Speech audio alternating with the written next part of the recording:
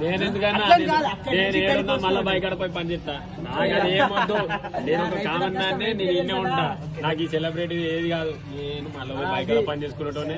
నా ట్రాక్టర్ పొద్దుగాల ఖరాబ్ అయితే మా బాబు ఇక్కడ చేపించుకొని మళ్ళీ పోయి గుర్తు తినుకోవాలి. నేను మళ్ళీ పోయి పొలం పండించుకోవాలి. అంతే అన్న, మన పని మనం చేసుకుంటూనే ఉండాలి. అంతే, మనం గెలిచినాం పోయి పని చేసుకోవాలి. ఏదన్నా మనకు వస్తే మనం చెయ్యాలి. అంతే. వెళ్ళబోరా